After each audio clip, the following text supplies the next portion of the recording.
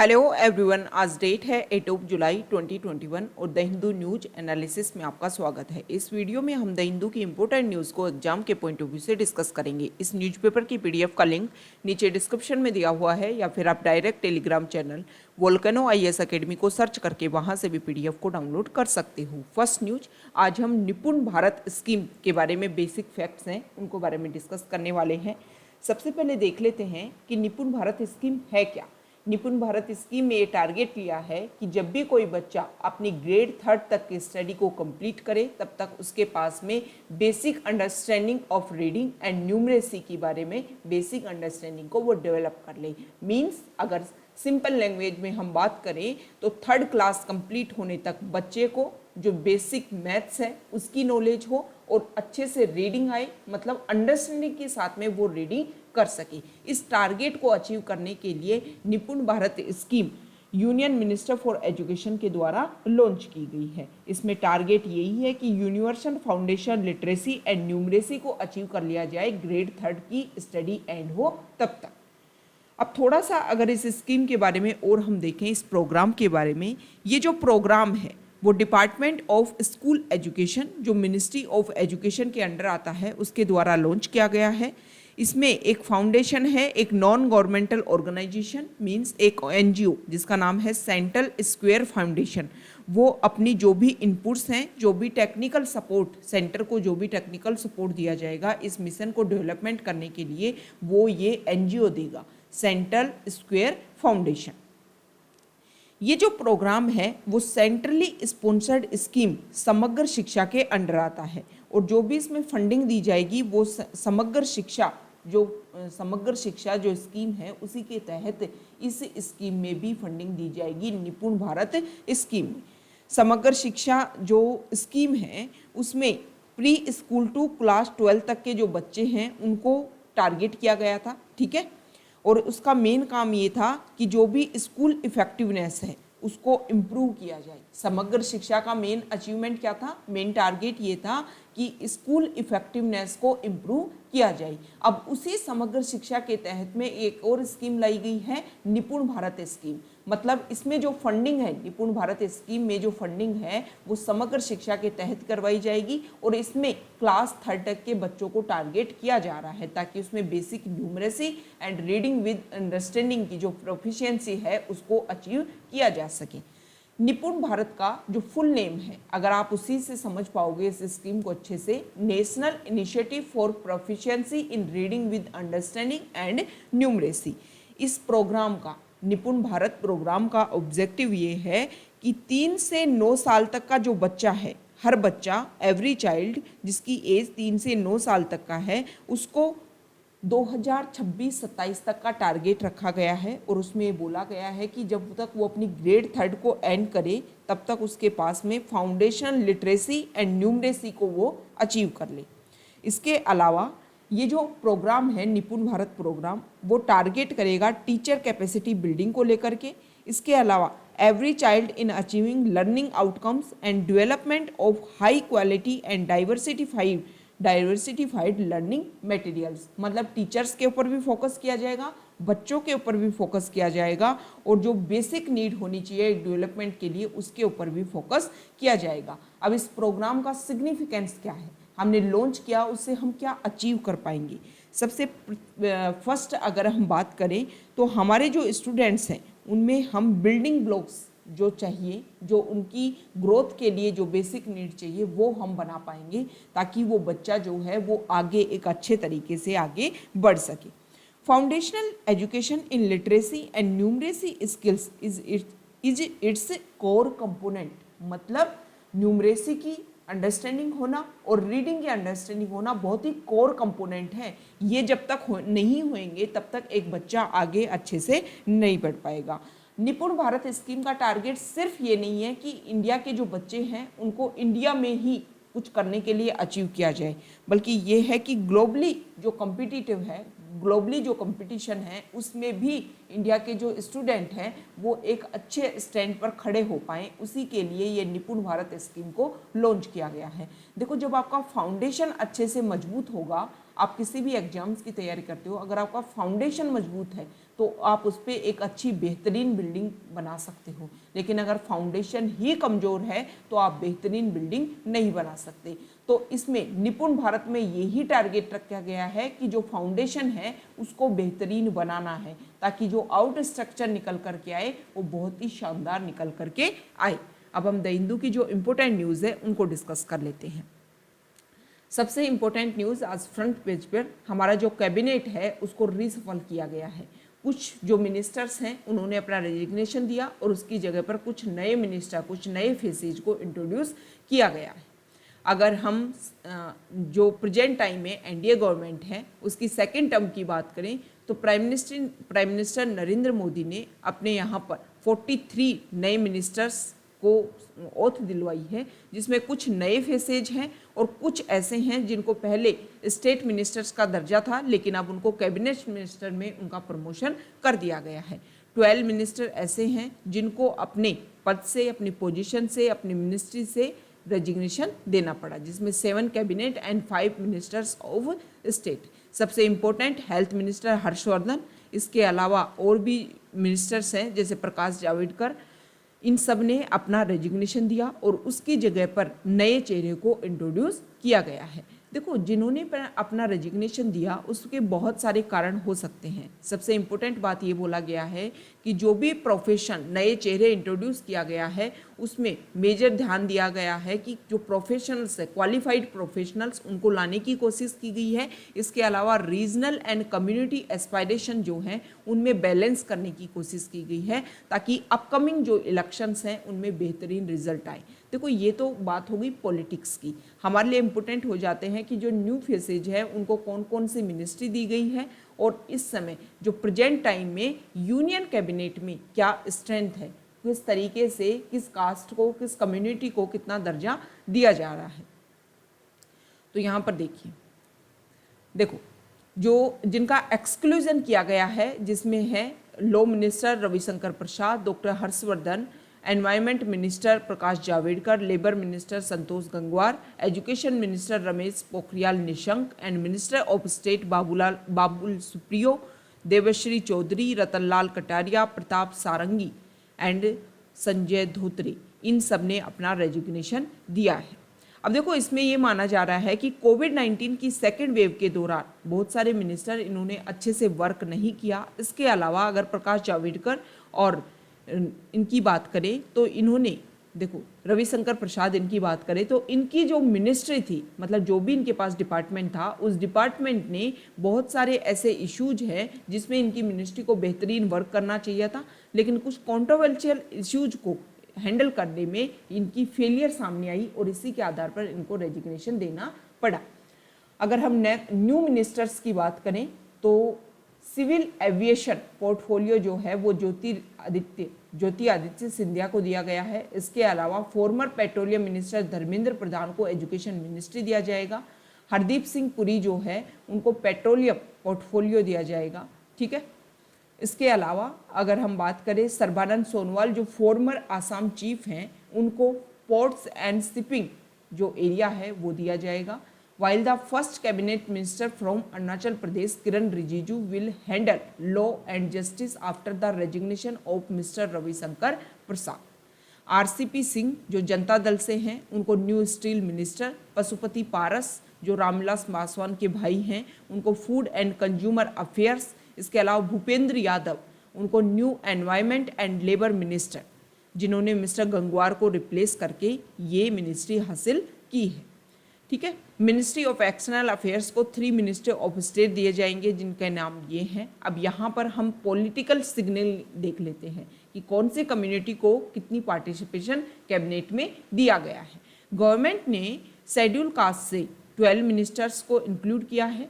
OBC से 27, present time में 27 minister belong करते हैं और शेड्यूल ट्राइब से 8 मिनिस्टर्स और इसके अलावा माइनॉरिटी कम्युनिटी जिस हैं उनसे 5 मिनिस्टर बिलोंग करते हैं, जिनमें से एक माइनॉरिटी कम्युनिटी की बात कर दी जाए तो 1 मुस्लिम, 1 Christian, 1 Sikh and 2 Buddhist. Women minister की बात की जाए तो प्रेजेंट टाइम में मोदी गवर्नमेंट में 11 वीमेन मिनिस्टर हैं, जिसमें से 2 वीमेन जो हैं वो कैबिनेट मिनिस्टर्स हैं और इसके अलावा जो बची हुई 9 हैं वो मिनिस्ट्री ऑफ स्टेट हैं।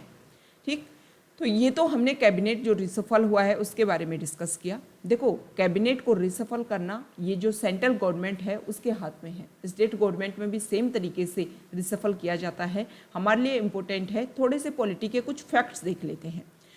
हमारे इंडिया में पहले ये डिसाइड किया जाता है कि कौन सी पार्टी जो है वो गवर्नमेंट बनाएगी, और ये किसके द्वारा डिसाइड होता है? ये डिसाइड होता है पॉपुलर हाउस मींस लोकसभा।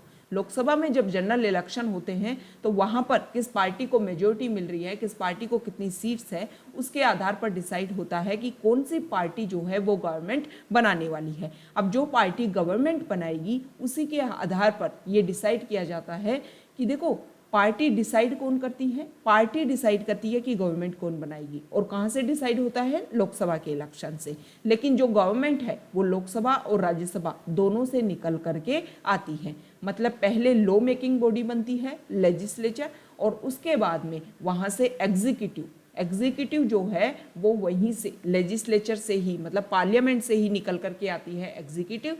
तो इसका मतलब क्या है? हमारे यहाँ पर पार्लियामेंट्री फॉर्म ऑफ गवर्नमेंट है। ठीक है, प्रेसिडेंशियल फॉर्म ऑफ गवर्नमेंट में क्या होता है कि एग्जीक्यूटिव और लेजिस्लेचर दो अलग अलग बॉडीज होते हैं, और पार्लियामेंट्री फॉर्म ऑफ गवर्नमेंट में executive is baby of legislature.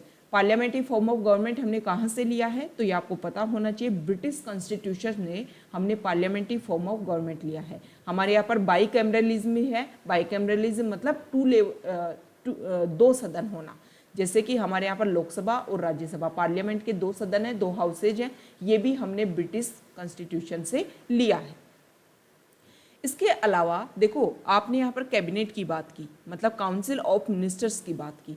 Council of ministers की अगर हम बात करें, काउंसिल ऑफ मिनिस्टर्स को हेड किया जाता है प्राइम मिनिस्टर के द्वारा।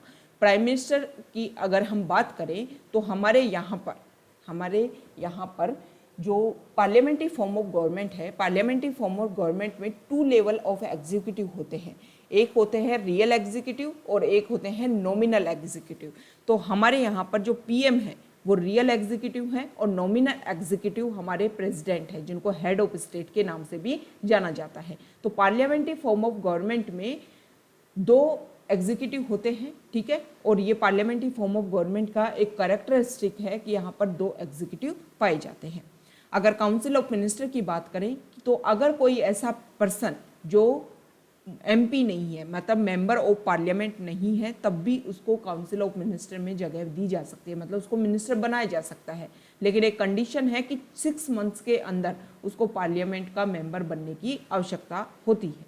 इसके अलावा नॉमिनेटेड मेंबर्स भी होते हैं हमारे लोकसभा और राज्यसभा में। उन नॉमिनेटेड मेंबर्स को भी हम मिनिस्टर बना सकते हैं। इसके अलावा अपोजिशन पार्टी से भी मेंबर जो है वो बन सकता है क्या? मिनिस्टर। देखो, ये ऐसे स्टेटमेंट हैं जो आपको प्रीलिम्स में काफ़ी हेल्पफुल रहने वाले हैं। ये ऐसे स्टेटमेंट आपको अच्छे से ध्यान में रखने हैं। बहुत सारे पॉइंट्स के ऊपर आपको डिफरेंस पूछा जाता है, तो ये बातें आपको क्लियर होनी चाहिए। देखो, अपोजिशन पार्टी से भी कोई मेंबर मिनिस्टर हो सकता है, क्योंकि कहीं भी कॉन्स्टिट्यूशन में ऐसा नहीं लिखा है कि ऐसा नहीं हो सकता है। बन सकता है अगर कोई एक्सपर्ट है और प्रेजेंट टाइम में गवर्नमेंट को ये लगता है कि उस समय ऐसा इशू हुआ था, जैसे हमें कश्मीर से रिलेटेड किसी इशू को सोल्व करना है, और पास्ट टाइम में कोई गवर्नमेंट ऐसी जिसके समय में कोई मिनिस्टर ऐसा था जो बहुत ही एक्सपर्ट था कश्मीर इशू को लेकर के, तो उस मिनिस्टर को दोबारा से इंट्रोड्यूस किया जा सकता है प्रेजेंट टाइम की गवर्नमेंट में, चाहे दोनों पार्टी जो हैं वो अलग अलग हो। पहले किसी पार्टी की गवर्नमेंट थी, अब किसी पार्टी की गवर्नमेंट हो, तो ऐसा हो सकता है कि अपोजिशन पार्टी से भी कोई मेंबर जो है उसको इंट्रोड्यूस किया जा सकता है। हालांकि पॉलिटिकल मुद्दे के आधार पर ऐसा नहीं किया जाता है, लेकिन कॉन्स्टिट्यूशन में ऐसी कोई भी बैन नहीं किया गया है कि अपोजिशन पार्टी से जो मेंबर है उसको आप मिनिस्टर नहीं बना सकते हो। Next news, Bollywood star Dilip Kumar की डेथ हो गई है। ये दिलीप कुमार जो हैं इन्होंने काफ़ी अच्छी मूवीज़ दी, जिनकी आप बात करो मुगले आज़म, देवदास जैसी जो रोमांटिक मूवी है, क्लासिकल मूवी, वो इनकी ही देन है। इनका जो मेन जो नेम था, मतलब इनका जो बेसिक नेम था वो था यूसुफ खान, लेकिन इन्होंने बॉलीवुड में मतलब सिनेमाई जो जिंदगी है वो दिलीप कुमार नाम से जी। नेक्स्ट न्यूज, कोविड को लेकर के कुछ डाटा हैं, यहाँ पर देखिए। एडिटोरियल पेज पर डाटा आए हैं कि डेल्टा वेरिएंट, जिसका नाम है डेल्टा वेरिएंट B.1.617, जो इंडिया में पिछले साल इंडिया में इसके सबसे पहले केसेस सामने आए थे और इसको डेल्टा वेरिएंट के नाम से जाना जाता है। तो पूरे वर्ल्ड में डेल्टा वेरिएंट के जो केसेज हैं वो दोबारा से बढ़ रहे हैं। पिछले 2 सप्ताह में अगर हम देखें तो कोविड-19 के जो केसेज हैं उनमें दोबारा से अपसर्ज देखने को मिल रहा है। नेक्स्ट न्यूज यहाँ देखिए, यूएस की वैक्सीनेशन जो प्रोग्राम है उसको लेकर के है। यूएस ने अनाउंस किया था कि वो 80 million doses of American made कोविड-19 वैक्सीन को क्या करेंगे, डोनेट करेंगे। हालांकि उसमें से उन्होंने 12 कंट्रीज़ को 40 मिलियन डोजेज जो हैं वो डोनेट भी कर दी है, जिसमें पाकिस्तान और बांग्लादेश भी शामिल हैं। इंडिया को भी वो डोनेट करने चाहते हैं, लेकिन कुछ प्रोसीजर प्रॉब्लम है, उसी के लिए उन्होंने इंडिया को कॉल किया है और बोला है कि जो भी प्रॉब्लम्स है उसको सोल्व किया जाए ताकि ये वैक्सीनेशन है वो इंडिया को अवेल हो सके। नेक्स्ट न्यूज देखो, सुप्रीम कोर्ट ने पूछा है, सुप्रीम कोर्ट ने सेंट्रल गवर्नमेंट से ये पूछा है कि सेंट्रल इंफॉर्मेशन जो कमीशन है, एक अपेक्स एग्जीक्यूटिव बॉडी है जो राइट टू इंफॉर्मेशन एक्ट के तहत जो भी डिस्प्यूट आते हैं उनको सोल्व करने के काम करता है। तो यहाँ पर इंफॉर्मेशन जो कमिश्नर्स हैं उनकी कमी है, तो उसके लिए पूछा है कि आप इसको कब वो करोगे, ये जो वैकेंसीज हैं इनको आप कब फिल करने की कोशिश करोगे। क्योंकि अगर वैकेंसीज हैं तो जो भी केसेज आए हुए हैं राइट टू इंफॉर्मेशन एक्ट के तहत, उन केसेज की संख्या जो पेंडेंसी है वो बढ़ती जा रही है और पेंडेंसी बढ़ने की वजह से जो प्रॉब्लम्स है वो बढ़ती जा रही है। तो सॉल्यूशन कब होगा, जब यहाँ पर इंफॉर्मेशन कमिश्नर्स को आप अपॉइंट करोगे। आरटीआई एक्ट जो है वो डिस्ट्रॉय हो रहा है क्योंकि चीफ इंफॉर्मेशन कमिश्नर, ठीक है, चीफ इंफॉर्मेशन कमिश्नर की कमी होने की वजह से लगभग 36,000 जो केसेज हैं उनकी पेंडेंसी हो गई है। और अगर इन केसेस को समय पर सॉल्यूशन नहीं दिया गया तो जो भी हमने ट्रांसपेरेंसी की बात की गई थी आरटीआई एक्ट के तहत उसको हम अचीव नहीं कर पाएंगे। अगर सीआईसी जो है ऑर्गेनाइजेशन, सेंट्रल इंफॉर्मेशन कमिश्नर, उसकी अगर हम बात करें तो ये जो कमीशन है उसको आरटीआई एक्ट 2005 के तहत इसको बनाया गया था और इसकी मेन ड्यूटी ये थी कि इस कमीशन को जो भी कोई कंप्लेंट मिलती है उस कंप्लेंट को ये रिसीव करे और उसके बारे में इंक्वायरी करे। ये जो कमीशन है वो एक इंक्वायरी मतलब किसी भी मैटर को लेकर के इंक्वायरी बिठा सकता है, ठीक है।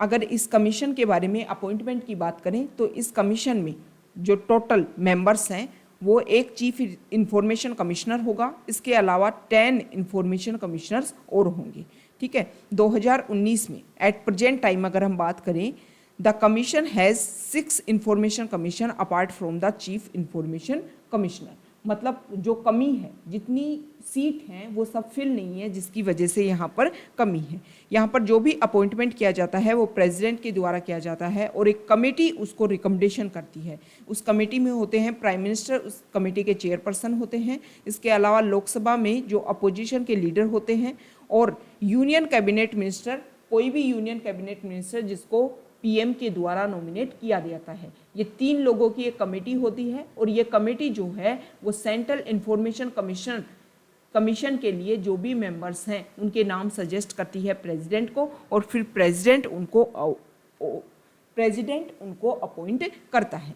इनका जो टेन्योर होता है, सेंट्रल इंफॉर्मेशन कमीशन के जो मेंबर्स हैं उनका टेन्योर होता है कि वो 65 ईयर्स या फिर सेंट्रल गवर्नमेंट के द्वारा जो भी उनकी टर्म डिसाइड की गई है इनमें से जो भी पहले वो अचीव कर ले वो उसके आधार पर इनका टर्म होता है। ये रीअपॉइंटमेंट के लिए एलिजिबल नहीं होते हैं, ये सबसे ज़्यादा इम्पोर्टेंट है, ठीक है। नेक्स्ट न्यूज यहाँ देखिए, देखो नए आईटी रूल्स हैं उसको लेकर के यहाँ देखिए, प्रेस ट्रस्ट ऑफ इंडिया का लार्जेस्ट न्यूज एजेंसी है, इसने दिल्ली हाई कोर्ट को अप्रोच किया है और ये बोला है कि जो न्यू आईटी रूल्स हैं उनको चैलेंज करने की बात की है। इन्होंने ये बोला है कि सेंट्रल गवर्नमेंट जो है वो डिजिटल न्यूज़ मीडिया को रेगुलेट करने की कोशिश कर रही है, क्योंकि इसके अलावा इससे पहले प्रेजेंट टाइम में जो पीटीआई ने अपनी पिटीशन डाली है उससे पहले the Wire, the News Minute, Alt News, इसके अलावा क्विंट डिजिटल मीडिया लिमिटेड, ये भी इसी तरीके की पिटीशन डाल चुके हैं हाई कोर्ट में। उनको भी लगता था कि ये जो सेंट्रल गवर्नमेंट है, जो भी हमारी फ्रीडम है, जो भी हमारे राइट्स हैं, हमारे कॉन्स्टिट्यूशन ऑफ इंडिया के पार्ट 3 के तहत जो फंडामेंटल राइट्स हमें दिए गए हैं, उनको वायलेशन करने की कोशिश की जा रही है, सेल्फ सेंसरशिप करने की सेंट्रल गवर्नमेंट कोशिश कर रही है। ठीक है, इसी के खिलाफ में जो पीटीआई है उसने अपनी पिटीशन डाली है। अब देखते हैं कि दिल्ली हाई कोर्ट इसके ऊपर क्या अपना रूल्स सुनाता है। नेक्स्ट न्यूज देखो, ईरान में नए प्रेसिडेंट इलेक्ट हुए हैं, उसी को लेकर के जो हमारे एक्सटर्नल अफेयर्स मिनिस्टर हैं उन्होंने ईरान की विजिट की, उनके साथ में मुलाकात की, ताकि हमारे जो रिलेशंस है वो काफ़ी अच्छी हो पाए। ईरान में हमने काफ़ी इन्वेस्ट किया है, चाबहार पोर्ट को डेवलप करने के लिए कोशिश कर रहे हैं कि इसके थ्रू हम सेंट्रल एशिया तक अपनी पहुंच बना सके। नेक्स्ट न्यूज यहाँ देखो पिगेसस, यहाँ देखियो पिगेसस स्पाईवेयर एक अटैकर है जो किसी भी पर्सन के फ़ोन के ऊपर अगर अटैक करता है तो उसकी सारी डिटेल्स को एक्सेस कर लेता है। तो इसी को लेकर के amnesty international and citizen lab ने एक डॉक्यूमेंट जारी किया है कि ह्यूमन राइट्स जो डिफेंडर्स हैं, मतलब ह्यूमन राइट्स को वायलेट करने के लिए इस तरीके की डिफेंडर कोशिश कर रहे हैं कि उनकी सारी जो भी इंफॉर्मेशन है उसको अचीव कर लिया जाए। सबसे इम्पोर्टेंट बात यह है कि भीमा कोरेगांव जो केस है उसमें जो एक्टिविस्ट थे उनमें इस स्पाईवेयर को यूज किया गया था। नेक्स्ट न्यूज फॉरेन पेज से है, यहाँ देखिए, हैती एक कैरेबियन आइलैंड कंट्री है, वहाँ के प्रेसिडेंट को मार दिया गया है और उनकी जो वाइफ है वो इंजर्ड हो गई है। तो हैती जो कंट्री है उसकी लोकेशन हमारे लिए इम्पोर्टेंट हो जाती है। यहाँ देखो, ये नॉर्थ अमेरिका, ये साउथ अमेरिका और ये है कैरेबियन आइलैंड। कैरेबियन आइलैंड्स में यहाँ पर ये हैती जो कंट्री है वो एग्जिस्ट करती है। देखो, इस तरीके की ज्योग्राफी में इस तरीके की जो जियोग्राफिकल फीचर्स हैं, ऐसे लग रहा है जैसे छोटे छोटे बिल्कुल यहाँ पर जो संरचना लग रही है, इसको आप आइलैंड आर्क के नाम से भी बोल सकते हो या फिर आप इसको फेस्टून के नाम से भी बोल सकते हो। नेक्स्ट न्यूज देखो, चाइना की जो, यहाँ देखिए एक सेकेंड, चाइना की जो पार्टी है कम्युनिस्ट पार्टी ऑफ चाइना, उसको 100 ईयर्स कंप्लीट हो गए हैं और उसी को सेलिब्रेट करने के लिए श्रीलंका ने भी अपने यहाँ पर चाइनीज़ कम्युनिस्ट पार्टी की सेंटेनरी ईयर्स को सेलिब्रेट करने के लिए कॉइन जारी किए हैं। इसका मेजर रीजन आप ये भी मान सकते हो कि ना सिर्फ चाइना के प्रति रिस्पेक्ट दिखाने का एक तरीका है, क्योंकि चाइना ने श्रीलंका की काफ़ी हेल्प की है। बहुत सारे लोन जो हैं वो श्रीलंका को दे रखे हैं। ऑलरेडी $5 बिलियन का लोन चाइना ने दे रखा है। इसके अलावा चाइना ने $1 बिलियन का जो लोन है वो एडिशनल में सैंक्शन किया है। इसके अलावा $1.5 बिलियन का जो करेंसी स्वैप किया है to help Colombo combat its economic crisis since the pandemic hit the island nation in March 2020। इतना जो पैसा है वो फ्री में दिया है और इसके अलावा और लोन सेक्शन कर दिया है। बहुत सारा यहाँ पर इन्वेस्ट कर रहा है श्रीलंका में चाइना। ठीक है, तो ये सारे रिलेशन मेंटेन करने के लिए ये सारी जो उनके बीच में जो बायलैटरल रिलेशन है उसी के आधार पर श्रीलंका ने कॉइन इश्यूज किया है सीपीसी सेंटेनरी ईयर्स को सेलिब्रेट करने के लिए। नेक्स्ट न्यूज अफगानिस्तान को लेकर के है। अफगानिस्तान में जो वायलेंस है वो बढ़ता जा रहा है। तालिबान ने अफगानिस्तान के जो प्रोविंशियल कैपिटल है वहाँ पर अटैक कर दिया है। यूएस मिलिट्री जैसे ही अपना फाइनल जो अपने ट्रूप्स हैं उनको निकालने में कोशिश करने लग गई, तालिबान के जो अटैक हैं वो काफ़ी बढ़ते जा रहे हैं। 20 ईयर्स यहाँ पर यूएस ने लगा दिए पीस एस्टेब्लिश करने के लिए, लेकिन यहाँ पर पीस एस्टेब्लिश नहीं हो पाई। नेक्स्ट न्यूज मिस्टर ट्रंप ने फेसबुक, ट्विटर और गूगल के खिलाफ में कुछ केस दायर किए हैं। उन्होंने ये बोला है कि ये जो कंट्री की बिगेस्ट टेक कंपनीज हैं उन्होंने यहाँ पर रॉन्गफुली सेंसर करने की कोशिश की है, मतलब उनके बारे में मिस इन्फॉर्मेशन फैलाने की कोशिश की। और ये सारी चीज़ें जो हैं, जो भी इन टेक जायंट ने ये कोशिश की, उसकी वजह से जो इलेक्शन हुए थे प्रेसिडेंट के उसमें उनका नतीजा देखने को मिला। नेक्स्ट न्यूज चाइना ने कोशिश की है, यहाँ देखिए, देखो, China social media giant search LGBT accounts. China ने जो भी गे और लेस्बियन कंटेंट है उसके ऊपर अपनी जो ग्रिप है उसको कंट्रोल करने की कोशिश की है, कंट्रोल को टाइट करने की कोशिश की है। इसीलिए चाइना का जो सोशल मीडिया है वहाँ पर LGBT अकाउंट्स को उन्होंने बंद कर दिया है। नेक्स्ट न्यूज यहाँ देखिए, China fines internet giants in anti monopoly cases. Companies including internet giants Alibaba and Tencent were fined on Wednesday by anti-monopoly regulators in a new move to tighten control over their fast developing industries। इसके ऊपर मतलब China ने वहाँ पर जो internet giants बहुत तेज़ी से बढ़ रहे हैं उनके ऊपर अपना रेगुलेशन करने के लिए उनके ऊपर कुछ फाइन्स लगाए हैं।